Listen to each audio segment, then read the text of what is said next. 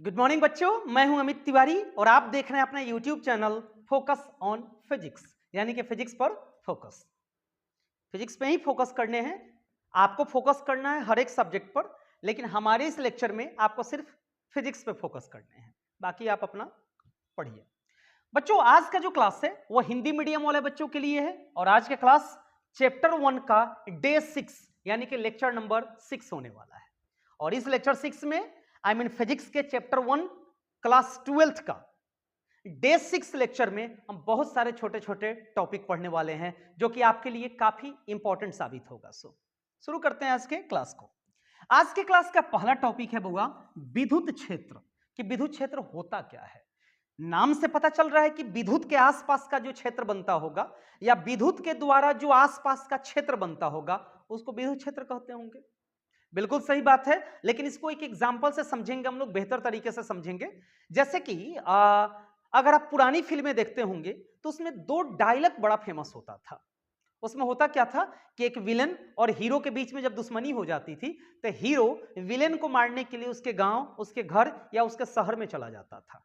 तो जब हीरो और विलेन का आमना सामना होता था, एक दूसरे के आमने सामने आते थे, तो विलेन कहता था कि आ तो गए हो लेकिन यहां से जिंदा नहीं जा सकते हो, क्योंकि यह मेरा इलाका है और मेरे इलाके से मेरा दुश्मन कभी भी जिंदा वापस नहीं जा सकता है।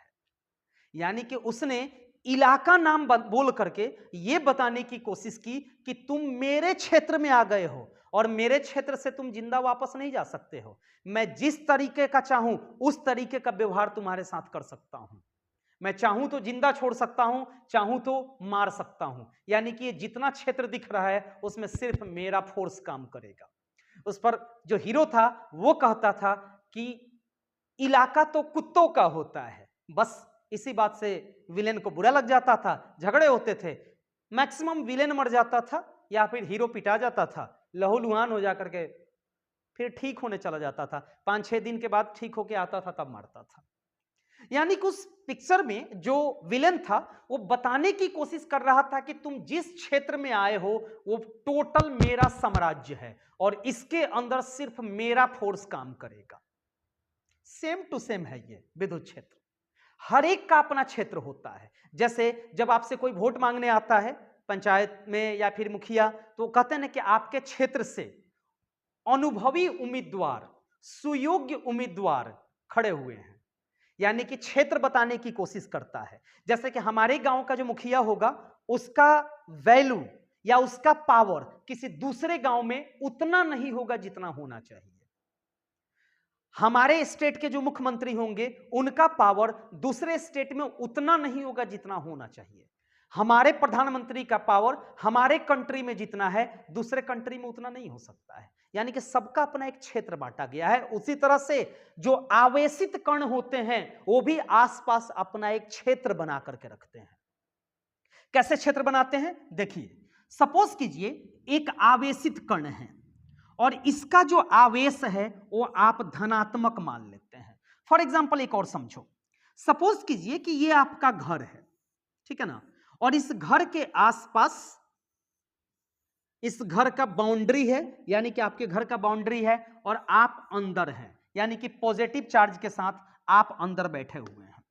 कोई आदमी बहुत दूर से चल करके आ रहा है, यहां तक पहुंचा, आप केवल उसको देख सकते हैं, उसको कर नहीं सकते हैं, उस पर कुछ भी फोर्स अप्लाई नहीं कर सकते हैं क्योंकि वो आपके क्षेत्र, आपके रेंज से बाहर है। जब यहां पहुंचा फिर थोड़ा सा आप सतर्क हो जाएंगे, करे कोई आ रहा है, ठीक है ना। जब ये यहां पहुंच जाएगा तो आप डंडा लेकर के तुरंत उसको मारने के लिए दौड़ जाएंगे। क्यों मारने के लिए दौड़े? क्योंकि वो आपके क्षेत्र में एंटर कर रहा था। अगर आपके जान पहचान का हुआ तो बुला लेंगे और अनजान हुआ तो मार के भगा देंगे। यानी कि यहां पर अगर ये आदमी अगर यहां पर आ जाता तो भी आप उस पर फोर्स लगा के भगा देते, यहां पे आ जाता तो भी फोर्स लगता, यहां पर कहीं पर भी, यहां पर भी आ जाता तो आप भगाते, यहां पर भगाते, किसी कॉर्नर पे आ जाता तो आप क्या करते, कहीं पर भी आता तो आप उसको भगाते या बुलाते। यही दोनों काम हो सकता था, या तो भगा देते या फिर बुला लेते। बुला भी सकते थे, अगर कोई अपना होता तो बुला लेते, होता है ना। तो आपके घर के द्वारा या आपके द्वारा एक क्षेत्र बनाए गए हैं जिसमें आपका बल किसी दूसरे पर काम कर सकता है। इसके बाहर कोई आदमी है, यहां पर खड़ा रहेगा कोई, तो उस पर आपका बल काम नहीं करेगा, कारण वो आपके क्षेत्र का नहीं है, वो किसी दूसरे क्षेत्र में खड़ा है और दूसरे क्षेत्र में आपके द्वारा किसी भी प्रकार का कोई बल नहीं लगाए जा सकते हैं। बस यही है same to same positive charge, यही है सेम विद्युत क्षेत्र। अब कैसे है समझिए। सपोज कीजिए अनंत पर बहुत दूर एक टेस्ट चार्ज है, इसको टेस्ट चार्ज कहा जाता है, क्यू नॉट, इंग्लिश में इसको कहा जाता है टेस्ट चार्ज और हिंदी में इसको कहा जाता है परीक्षण आवेश। परीक्षण आवेश यह हमेशा पॉजिटिव माना जाता है और यह काल्पनिक होता है, ओरिजिनल नहीं होता है, काल्पनिक होता है, बस सोचा हुआ रहता है कि कुछ है वहां पर, पता नहीं क्या है लेकिन कुछ ना कुछ है और जो है उसको पॉजिटिव मान लिए। ठीक है ना। चलिए अब यह जो छोटा सा चार्ज है, अभी हमने आपको बताया है कि हर एक चीज का अपना एक क्षेत्र होता है, तो इसका भी अपना एक क्षेत्र होगा। तो सपोज कीजिए इसका अपना क्षेत्र इतना दूर तक फैला हुआ है, ध्यान से देखिएगा। अब यह चार्ज धीरे धीरे आगे बढ़ रहा है प्लस की तरफ, इसको परीक्षण आवेश कहते हैं और इसको कहा जाता है स्रोत आवेश। ध्यान रखिएगा, इसको कहेंगे स्रोत आवेश, यानी कि परीक्षण आवेश किसकी तरफ बढ़ रहा है, स्रोत आवेश की तरफ बढ़ रहा है। यहां तक आया तब तक कोई असर नहीं होगा, जैसे ही परीक्षण आवेश जो कि धनात्मक था यहां पर पहुंचेगा, अब तो परीक्षण आवेश यहां आ गया, अब इसके और इसके बीच में बल लगना शुरू हो जाएगा। कौन सा बल, अगर धनात्मक धनात्मक या ऋणात्मक ऋणात्मक हो तो वहां पर प्रतिकर्षण बल काम करता है, और अगर धनात्मक ऋणात्मक या ऋणात्मक धनात्मक हो तो वहां पर आकर्षण बल काम करता है। तो यहां पर कौन सा बल काम करेगा, प्रतिकर्षण बल काम करेगा। आज जो कण, जो परीक्षण आवेश आ रहा था वो फिर वापस चला जाएगा, क्योंकि यह धनात्मक आवेश के द्वारा इस पर बल लगा दिए गए हैं। दोनों पॉजिटिव था इसलिए दोनों के बीच में प्रतिकर्षण हो गया, यह बल लगा। अगर यहां पर आप क्यू नॉट को रखते हैं तो यहां बाहर की तरफ, यहां पर रखते हैं तो बाहर की तरफ, यहां रखेंगे तो बाहर, कहीं पर भी आप रखते हैं तो किधर जाएगा, ये बाहर की तरफ जाएगा ना, कहीं पर भी रखिए ये बाहर की तरफ जाएगा ना। तो आप देख सकते हैं कि यह परीक्षण आवेश इस बाउंड्री के अंदर नहीं आ पा रहा है, क्योंकि अंदर वाला जो क्षेत्र है वो टोटल स्रोत आवेश का है, प्लस चार्ज का है, और इसके अंदर कोई दूसरा कण अगर आता है तो इसके द्वारा उस पर फोर्स लगाए जाएंगे। तो चूंकि ये तो बहुत छोटा होता है तो इस पर जब फोर्स लगा तो छोटा होने की वजह से हार गया और वापस चला गया। तो ये जो क्षेत्र हुआ जो धनात्मक आवेश के कारण बना उसी को विद्युत क्षेत्र कहेंगे हम। इसको एक और तरीका से समझते हैं, तो पॉजिटिव चार्ज का समझे है ना, अब निगेटिव चार्ज का थोड़ा सा समझ करके देखते हैं कि उसमें क्या हो सकता है। सपोज कीजिए बउआ यहां पर एक स्रोत आवेश है, लेकिन अब की बार ये स्रोत आवेश कौन सा है, निगेटिव है। तो निगेटिव हो या पॉजिटिव हो उसके द्वारा अपना एक क्षेत्र बनाया जाता है, ठीक है ना। अब बहुत दूर एक टेस्ट चार्ज था जो कि हमेशा धनात्मक होता है, परीक्षण आवेश, ये धीरे धीरे आगे बढ़ रहा था, यहां आया यहां आया, तब तक कोई बल काम नहीं कर सकता है क्योंकि ये इसके क्षेत्र में नहीं है। जैसे ही स्रोत आवेश यहां पहुंचा तब प्लस माइनस के बीच में क्या हो जाएगा, आकर्षण हो जाएगा और माइनस उसको अपनी तरफ खींच लेगा। तो इसी के बाद ना खींचाना शुरू हो गया, अगर यहां पे रखेंगे तो यहां ऐसे खींचा जाएगा, कहीं पर भी रखेंगे बाउंड्री पर तो बाउंड्री के अंदर खींचे चला जाएगा ना, ठीक है ना। तो इसके द्वारा भी एक एरिया बना होगा, एक क्षेत्र बना ना, इसी क्षेत्र को निगेटिव चार्ज का यानी कि स्रोत आवेश का विद्युत क्षेत्र कहा जाता है, जिसके अंदर यह पॉजिटिव या निगेटिव यानी कि स्रोत आवेश किसी दूसरे आवेशित कण पर बल लगा सकते हैं, उसी को हम क्या कहेंगे, विद्युत क्षेत्र कहेंगे। क्लियर। नेक्स्ट अब है विद्युत क्षेत्र की तीव्रता। अब इसको थोड़ा ध्यान से समझिएगा। देखिए बाबू, सपोज कीजिए अभी हमने क्या कहा था कि धनात्मक आवेश है हमारे पास और इसके द्वारा अपना एक यह क्षेत्र बनाए हुए है, अपना एक छोटा सा या बड़ा सा अपने पावर के हिसाब से एक क्षेत्र बनाए हुए हैं, ठीक है ना। जब परीक्षण आवेश को आप यहां लेकर के आएंगे तो इसके बीच में क्या होगा, रिपल्सन होगा, यानी कि प्रतिकर्षण होगा, यानी कि ये प्लस चार्ज इस पर बल लगाएगा। तो किसी परीक्षण आवेश को किसी स्रोत आवेश के क्षेत्र में लाने पर उस परीक्षण आवेश पर जितना विद्युत बल लगता है उसी को विद्युत क्षेत्र की तीव्रता कहते हैं। फिर से, किसी स्रोत आवेश के क्षेत्र में किसी परीक्षण आवेश को लाने पर उस परीक्षण आवेश पर जितना विद्युत बल लगता है उसी को विद्युत क्षेत्र की तीव्रता कही जाती है। ऐसे कह सकते हैं कि परीक्षण आवेश पर जितना विद्युत बल लगा और परीक्षण आवेश का जितना परिमाण हुआ उसी को विद्युत क्षेत्र की तीव्रता कही जाती है। समझिएगा ध्यान से होगा, उसी को विद्युत क्षेत्र की तीव्रता कही जाती है। सिंपल समझो ना कि धनात्मक आवेश का कितना पावर है, जो स्टेमिना होगा उसी को विद्युत क्षेत्र की तीव्रता कहेंगे।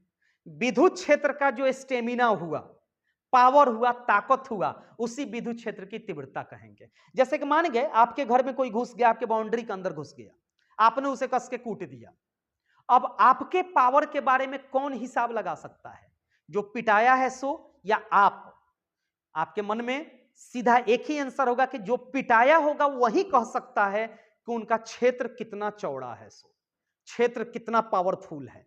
यानी कि कोई हमारे क्षेत्र में आता है, उसको हमने जितना फोर्स लगा दिया, उसने जितना फोर्स का अनुभव किया, उसी को विद्युत क्षेत्र की तीव्रता कहेंगे। मान वो इंसान जितना पिटा गया बोलेगा ना, अगर कम पिटाया तो कहेगा कि कम पावर है इनके पास, ज्यादा पिटाया तो कहेगा बहुत पावर है इनके पास।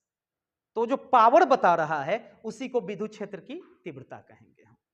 जैसे मान के किसी का विद्युत क्षेत्र 2 किलोमीटर तक फैला हुआ है, किसी का विद्युत क्षेत्र 4 किलोमीटर तक फैला हुआ है, तब पावर किसका ज्यादा हुआ? 4 किलोमीटर वाले का, ठीक है ना। तब जितना क्षेत्र फैला हुआ रहेगा, ऐसे समझो कि क्षेत्र में किसी आवेशित कण को लाने पर उस पर जितना विद्युत बल लगता है उसी को हम विद्युत क्षेत्र की तीव्रता कहते हैं।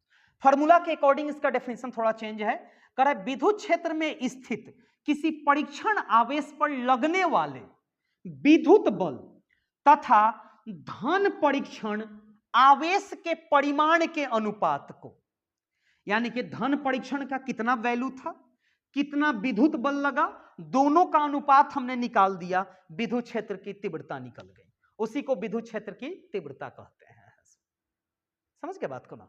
चलिए नेक्स्ट। उसी तरह माइनस का भी सेम होगा, माइनस के द्वारा भी फोर्स लगेगा, लेकिन उसमें क्या होगा, आकर्षण बल होगा, अंदर बुलाने की कोशिश करेगा। और इसमें क्या हो रहा है, प्रतिकर्षण बल हो रहा है, बाहर भेजने की कोशिश कर रहा है। सो समझे।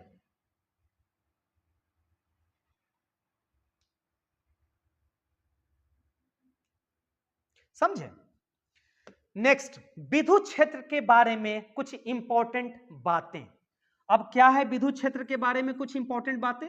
विद्युत क्षेत्र कहो या ऐसे कह सकते हो विद्युत क्षेत्र की तीव्रता के बारे में कुछ इंपॉर्टेंट बातें। अब क्या क्या है, विद्युत क्षेत्र की तीव्रता या विद्युत क्षेत्र को ई से सूचित किया जाता है। ई लिख देना है, उसके ऊपर तीर का चिन्ह लगा देना है। अच्छा, तीर का चिन्ह लगा हुआ है तो सदिश राशि होगा। सदिश राशि का मतलब इसमें दिशा के साथ साथ क्या होगा, परिमाण भी होगा, यानी कि उसका वैल्यू भी होगा अपना। अच्छा, दिशा है तो दिशा निर्धारित कैसे करेंगे? कह रहा है कि इसकी दिशा तथा स्थिर वैद्युत बल की दिशा समान होती है। इसकी दिशा यानी कि ई की दिशा, समझिएगा। सपोज कीजिए आपने यहां पर एक धनात्मक आवेश रख दिया, ठीक है ना, तो इसका अपना एक क्षेत्र होगा, अभी पढ़े ना, जिसको विद्युत क्षेत्र कहेंगे।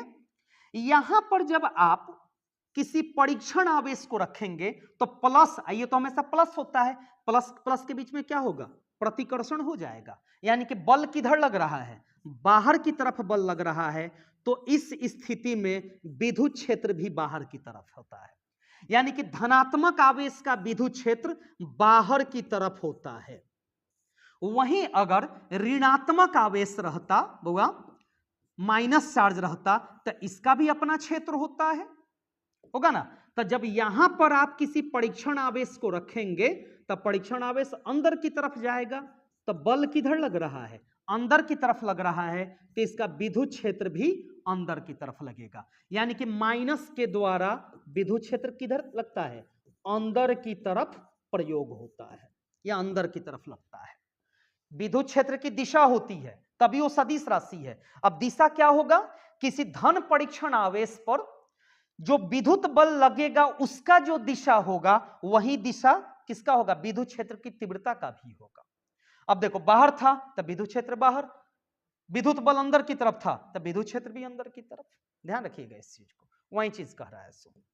नेक्स्ट, ई के एसआई मात्रक, ई का मतलब विद्युत क्षेत्र की तीव्रता का एसआई मात्रक तथा विमीय सूत्र। देखिए अभी हम पढ़े हैं कि ई बराबर क्या होता है होगा, एफ अपॉन क्यू नॉट होता है ना, F upon Q not, F बटा क्यू नॉट यानी कि परीक्षण आवेश, फोर्स यानी कि बल, ये क्या हो गया, बल हो गया, अब बल अब बटा परीक्षण आवेश, नाम ही से पता चल रहा है परीक्षण आवेश यानी कि परीक्षा लेने के लिए आ रहा है, बस चेक करने के लिए आ रहा है।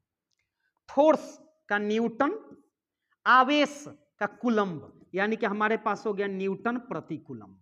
आप इसको ऐसे भी लिख सकते हैं, न्यूटन बाई कूलम्ब के बदले में एम्पियर सेकंड भी लिखा जाता है, तो इसको आप लिख सकते हैं न्यूटन प्रति एम्पियर प्रति सेकंड, ये भी लिख सकते हैं आप।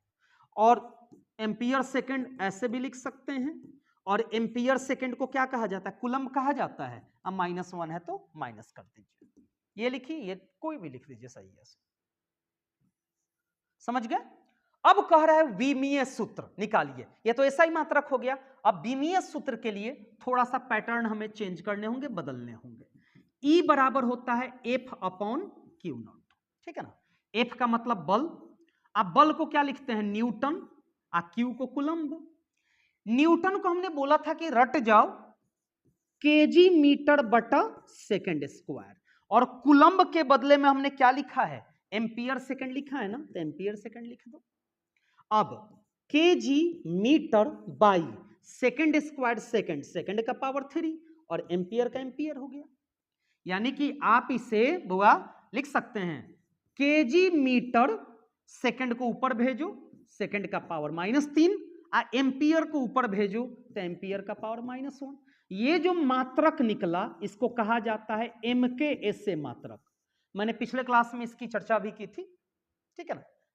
अब इसका विमीय सूत्र यानी कि डायमेंशनल फॉर्मूला निकालते हैं। विमीय सूत्र तो केजी का एम, मीटर का एल, सेकंड का टी, एम्पियर का ए।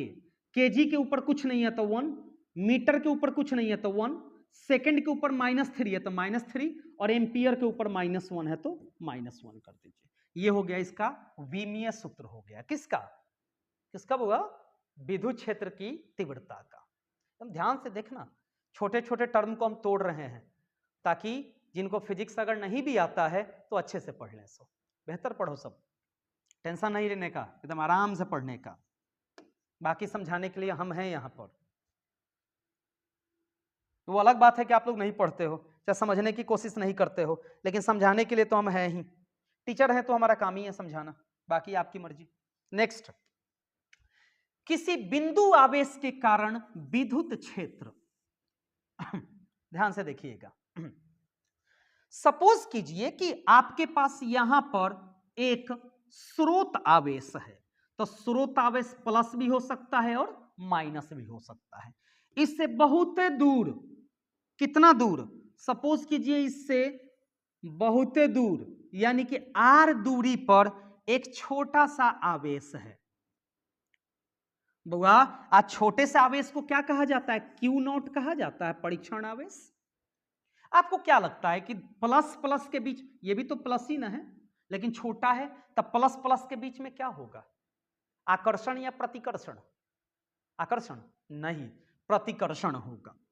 तो प्रतिकर्षण होगा तो बाहर की तरफ जाएगा, यानी कि जो विद्युत बल लगा वो किधर लगा, बाहर की तरफ विद्युत बल लगा, तो विद्युत क्षेत्र भी किधर लगेगा, बाहर की तरफ लगेगा। तो इस परीक्षण आवेश पर जो विद्युत बल लगा, तो इसके बारे में कूलम्ब साहब ने बताया था के Q1 Q2 अब बाई आर स्क्वायर से आप निकाल सकते हैं। तो के Q1 के बदले में इस Q को रखो, Q2 के बदले में उस Q को रखो, और दूरी तो है ही आर स्क्वायर। तो हमारे पास आ गया विद्युत बल निकालने का फॉर्मूला आ गया कितना, के क्यू नॉट अब बाई आर स्क्वायर। लेकिन आप ओरिजिनल फॉर्मूला क्या पढ़े हैं, ई का फॉर्मूला पढ़े हैं एफ अपॉन क्यू नॉट। अब एफ यानी कि विद्युत बल का फॉर्मूला भी आया ना यहां पर, तो रख दो के क्यू नॉट अब बाई आर स्क्वायर है बटा आर स्क्वायर है, और नीचे क्या है क्यू नॉट है, तो क्यू नॉट कर दीजिए, कटा देते हैं, खत्म। हमारे पास आ गया ई बराबर के क्यू अब बाई आर स्क्वायर। कहीं कहीं ऐसे भी लिखे रहेंगे, ई बराबर के बदले में लिखा रहता है 1/4 पाई एप्सिलॉन नॉट और into Q by R square. यहां पर जो के है या 1/4 पाई एप्सिलॉन नॉट है, इसका वैल्यू होता है 9 गुने 10 का पावर 9 न्यूटन मीटर स्क्वायर प्रति कूलम स्क्वायर, और इसको कहा जाता है स्थिर वैद्युतांक। इसको क्या कहेंगे बाबू, के को स्थिर वैद्युतांक कहा जाता है। समझ गए बात को, ये था। अब देखो यहां पर परीक्षण आवेश का कहीं आता पता नहीं है, लास्ट में वो आया, बल को चेक किया, विद्युत क्षेत्र की को चेक किया, और जब चेक हो गया कि कितना विद्युत क्षेत्र लग रहा था, गायब। ठीक है ना, चला गया। ये फॉर्मूला लेकिन दे गया अपने द्वारा, उसकी मदद से एक फॉर्मूला तो कम से कम सामने आया ना, वही आ गया। नेक्स्ट, क्या होगा अगर स्रोत आवेश तथा परीक्षण आवेश के बीच की दूरी को घटाकर शून्य कर दिया जाए। अब देखो होगा, यहां पर था स्रोत आवेश और यहां पर छोटू सा एक परीक्षण आवेश था, काफी छोटा सा। इसके चार्ज को आपने प्लस माना और क्यू मान लीजिए, आइए तो बेचारा हमेशा धनात्मक रहेगा, और दोनों के बीच की दूरी को आप स्मॉल आर मान लीजिए। इस कंडीशन में अभी जस्ट आपने पढ़ा है कि विद्युत क्षेत्र निकालने का फॉर्मूला के क्यू बाई आर स्क्वायर, अभी पढ़ा है आपने, ई बराबर के क्यू बाई आर स्क्वायर। अब कह रहा है कि दोनों के बीच की दूरी को घटा के शून्य कर दिया जाए, यानी कि परीक्षण आवेश को उठाइए, घटाते घटाते घटाते यहां पे लाके रख दीजिए। अब आर तो खत्म हो गया, यानी कि आर का वैल्यू अब कितना हो गया, 0 हो गया घट करके। अब इलेक्ट्रिक फील्ड के क्यू अब बटा 0 का स्क्वायर, यानी कि लिख सकते हैं के क्यू बाई 0, किसी भी चीज में 0 से भागा दो तो अनंत उसका वैल्यू हो जाता है, यानी कि विद्युत क्षेत्र इसका हो जाएगा अनंत, इन्फिनिटी। तो घटाकर शून्य कर दिया जाए तो विद्युत क्षेत्र कितना हो जाएगा, अनंत हो जाएगा, यानी कि बहुत ज्यादा हो जाएगा। जितना आप दूरी कम कीजिएगा विद्युत क्षेत्र बढ़ेगा, जितना दूरी बढ़ाइएगा विद्युत क्षेत्र घटेगा, जितना आप दूर जाओगे क्षेत्र कम ही ना होते जाएगा। नेक्स्ट, स्रोत आवेश तथा परीक्षण आवेश के बीच अंतर। स्रोत आवेश पढ़ा है ना, स्रोत आवेश को किस किस चीज से डिनोट करते हैं बुआ, या तो आप छोटा वाला क्यू लिख सकते हैं या बड़ा वाला क्यू लिख सकते हैं, और परीक्षण आवेश को क्यू नॉट। अब जो स्रोत आवेश होते हैं यह वास्तविक होता है, जबकि हमने बताया है कि परीक्षण आवेश काल्पनिक होता है। अच्छा, स्रोत आवेश धनात्मक, ऋणात्मक तथा शून्य, पॉजिटिव, निगेटिव और 0 तीनों हो सकता है, लेकिन परीक्षण आवेश हमेशा क्या होता है, धनात्मक होता है, हमेशा धनात्मक होगा। अच्छा, यह विद्युत क्षेत्र उत्पन्न करता है और दो फॉर्मूला यूज किए जाते हैं, एफ बटा क्यू नॉट के क्यू बटा आर स्क्वायर, लेकिन इसके द्वारा कोई विद्युत क्षेत्र उत्पन्न नहीं होता है। तुम कहोगे सर कैसे, यहां तो क्यू नॉट है, तो क्यू नॉट के द्वारा विद्युत क्षेत्र उत्पन्न नहीं हो रहा है, क्यू नॉट पर विद्युत क्षेत्र उत्पन्न हो रहा है। किसके द्वारा, स्रोत आवेश के द्वारा। उसका अपना नहीं है, उस पर स्रोत आवेश का विद्युत क्षेत्र लग रहा है, ये वाला, उसका अपना कुछ नहीं है, सब बेकार है, कुछ नहीं है, जीरो है। ये काफी छोटा होता है, ये बहुत छोटा होता है, इसलिए इसका कोई भी विद्युत क्षेत्र उत्पन्न नहीं होता है। होता भी होगा तो उसको इतना ना कम होता है कि उसको छोड़ दिया गया कि रहने दो, हटाओ। नेक्स्ट, विद्युत क्षेत्र की तीव्रता की जांच, यानी कि कैसे चेक करेंगे कि यहां पर विद्युत क्षेत्र है। अब तार में करंट फ्लो हो रहा है, कैसे चेक करेंगे? तार को छू के? नहीं, तार को छू के भी कर सकते हैं, या फिर बल्ब में जोड़ के देख लेंगे, बल्ब जल जाता है तो करंट है, नहीं जलता है तो नहीं है। छुएंगे, अगर हमें करंट लग जा रहा है तो उसका विद्युत क्षेत्र है, अगर नहीं लगता है तो विद्युत क्षेत्र नहीं है। लेकिन वैसे चेक नहीं करना, इसको चेक करने का तरीका थोड़ा चेंज होगा। सपोज कीजिए एक धनात्मक आवेश है, ठीक है ना, बहुत दूर आपने एक परीक्षण आवेश रखा था, इसको हौले हौले हौले हौले हो जाएगा, गाना नहीं, धीरे धीरे इसको लेकर के हम किधर आ रहे हैं, यहां पर आ रहे हैं, तो इसका तो अपना क्षेत्र होगा बुआ, ठीक है ना। तो सपोज करो ये परीक्षण आवेश जब यहां आया तब तक ये तो हमेशा धनात्मक होता है, अब परीक्षण आवेश यहां आ गया, अब यहां आते ही परीक्षण आवेश पर एक बल लगा और परीक्षण आवेश वापस भागने की कोशिश किया। वापस जाने का मतलब ये आगे क्यों नहीं बढ़ पाया, क्योंकि इसके बाद इस स्रोत आवेश का विद्युत क्षेत्र था, यानी कि इस स्रोत आवेश का एक विद्युत क्षेत्र मिल गया, ठीक है ना। वैसे ही अगर आप यहां रखेंगे तो बाहर की तरफ भागेगा ऐसे, यहां रखेंगे तो ऐसे भागेगा, यहां रखेंगे ऐसे भागेगा, यहां रखेंगे, और वहीं अंदर अगर ऋणात्मक आवेश रहता तब क्या होता, ये ऋणात्मक आवेश अगर अंदर रहता तो परीक्षण आवेश को आपने क्या किया, बहुत दूर रख दिया, अब धीरे धीरे फिर से हौले हौले हौले हौले आए, जैसे ही यहां पहुंचा अचानक से अट्रैक्शन हो गया, क्योंकि ये तो धनात्मक होता है और धनात्मक ऋणात्मक के बीच में क्या होता है, अट्रैक्शन हो गया। अब देखो यहां से बल लगना शुरू हो गया ना, यानी कि इस निगेटिव का ऋणात्मक का यहां से क्षेत्र था, इसके बाद अंदर चला गया, चेक हो गया। वही कह रहा है कि किसी स्रोत आवेश के नजदीक एक परीक्षण आवेश को लेकर के आएंगे, अगर इन दोनों आवेशों के बीच आकर्षण या प्रतिकर्षण हो तो इसका मतलब वहां स्रोत आवेश का विद्युत क्षेत्र उपस्थित है, चेक हो गया। नेक्स्ट, परावैद्युतांक अथवा आपेक्षिक विद्युतशीलता या विशिष्ट परावैद्युतता, ये क्या है थोड़ा समझते हैं। कर है कूलम के नियम के अनुसार दो आवेशित कण एक दूसरे से r दूरी पर स्थित हो तो उनके बीच का विद्युत बल होगा जब वह निर्वात में हो,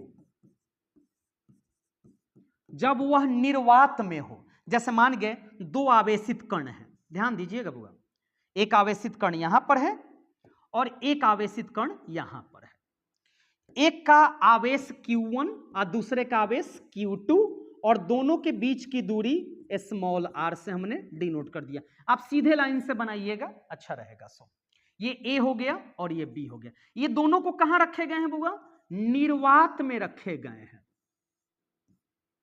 निर्वात में रखा गया है, यानी कि जहां कुछ भी नहीं है, पानी वानी कुछ नहीं है, एकदम खाली है, निर्वात में। तो विद्युत बल निकालने का फॉर्मूला क्या होता है, कूलम्ब के नियम के अनुसार K Q1 Q2 upon r² होता है ना, और K का वैल्यू होता है 1/4 pi epsilon not Q1 Q2 बटा r²। ये किसका हो गया, विद्युत बल का हो गया।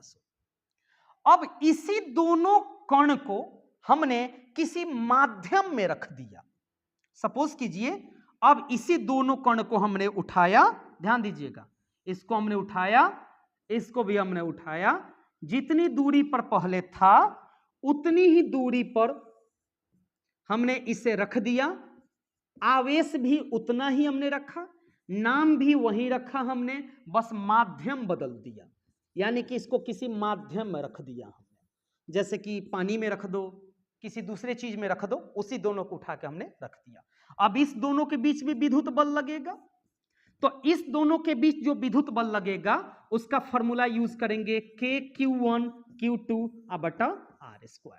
तुम कहोगे सर जी एम ए का अंतर है, तो ये जो एफी जो है ना वो कहां पे निर्वात में था, और निर्वात को इंग्लिश में वैक्यूम कहा जाता है, निर्वात को इंग्लिश में वैक्यूम कहा जाता है, और इसको भी हम मान लिए। अब किसी माध्यम में रख दिया गया, और माध्यम को इंग्लिश में मीडियम कहा जाता है, तो यहां पर लिख देंगे एफ एम माध्यम। के का वैल्यू जो 1/4 पाई एप्सिलॉन नॉट था, यहां पर 4 पाई सिर्फ एप्सिलॉन लिखेंगे। अब तुम कहोगे सर जी इसका नॉट कहां गया, तो नॉट का मतलब दोनों को वहां रखा गया जहां कुछ भी नहीं है, लेकिन ये तो कुछ था, निर्वात में नहीं ना था, तो कुछ था तो नॉट हटा दिया हमने, कुछ था यानी कि नॉट हट जाएगा, कुछ नहीं है यानी कि नॉट लग जाएगा। अब इसको और इसको भाग दे देते हैं, तो एफ भी को और एफ एम को भागा दे दिए, तो एफ भी था 4 पाई epsilon not Q1 Q2 r², और एफ एम था 1/4 पाई एप्सिलॉन, इसमें नॉट नहीं लगाएंगे, Q1 Q2 r²। क्या कटेगा, पूरा से पूरा खत्म, 4 4 पाई पाई 4 पाई खत्म, हाँ 4 पाई खटिया। एफ भी बटा एफ एम बराबर क्या बच गया, 1/एप्सिलॉन नॉट और नीचे 1/एप्सिलॉन बच गया।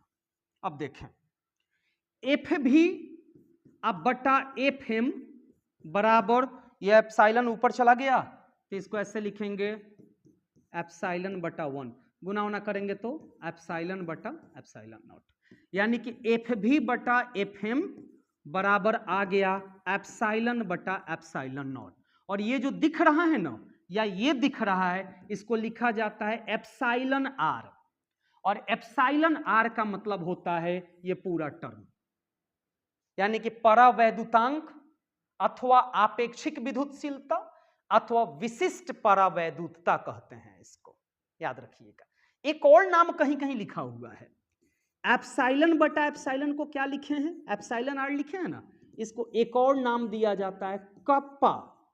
साउथ में पापा को अप्पा कहा जाता है ना, तो यहां पर कप्पा कहेंगे, और कप्पा को कुछ ऐसे डिनोट किया जाता है, यानी कि एप्सिलॉन आर लिखिए, कप्पा लिखिए, एप्सिलॉन बाई एप्सिलॉन नॉट लिखिए, या फिर एफ भी बटा एफ एम लिखिए, सब का सब यह होगा, परावैद्युतांक ही होगा सब, याद रखिए। अच्छा इसका यूनिट क्या होगा, फोर्स बाई फोर्स है ना, तो फोर्स का न्यूटन, और नीचे तो फोर्स है तो न्यूटन बाई न्यूटन कट गया, कुछ नहीं, नो यूनिट। जब यूनिट नहीं तो नो विमीय सूत्र, कोई यूनिट नहीं, कोई विमीय सूत्र नहीं, यानी कि कप्पा का कोई मात्रक नहीं होता है, कोई विमीय सूत्र नहीं होता है, जैसा चाहो वैसा ढल सकता है वो, जहां चाहो वहां रह सकता है वो। नेक्स्ट फोकस, एहसास हो गया होगा कि अब टॉपिक खत्म होने वाला है आज का, रिलैक्स फील हो रहा होगा कि चलो भाई आज का तो कम से कम लेक्चर जल्दी खत्म हुआ। देखिए विद्युत क्षेत्र की तीव्रता विद्युत क्षेत्र की माप होती है, जितना विद्युत क्षेत्र उतना विद्युत क्षेत्र की तीव्रता, बस हो गया मेजरमेंट उसका, ठीक है ना। दूसरा, परीक्षण आवेश हमेशा धनात्मक होता है, परीक्षण आवेश को क्यू नॉट से डिनोट किया जाता है ना, हमेशा धनात्मक होता है। अच्छा, विद्युत क्षेत्र एक सदिश राशि होता है, मैंने बताया था, सदिश राशि होगा तो इसका दिशा होगा कैसे, सपोज करो एक धनात्मक आवेश है, आप यहां पर परीक्षण आवेश रख दिए, दोनों के बीच में बल लगेगा, और बल किधर लगेगा, बाहर की तरफ, और जिधर बल उधर ही विद्युत क्षेत्र, तो धनात्मक के द्वारा बाहर की तरफ विद्युत क्षेत्र, वहीं अगर ऋणात्मक आवेश रहता, यहां पर परीक्षण आवेश रख देते, तो बल अंदर की तरफ और विद्युत क्षेत्र भी अंदर की तरफ। वही दिशा बता दिया गया कि ई की दिशा वही होती है जो स्थिर वैद्युत बल की दिशा होती है, स्थिर वैद्युत बल को एफी से डिनोट करते हैं।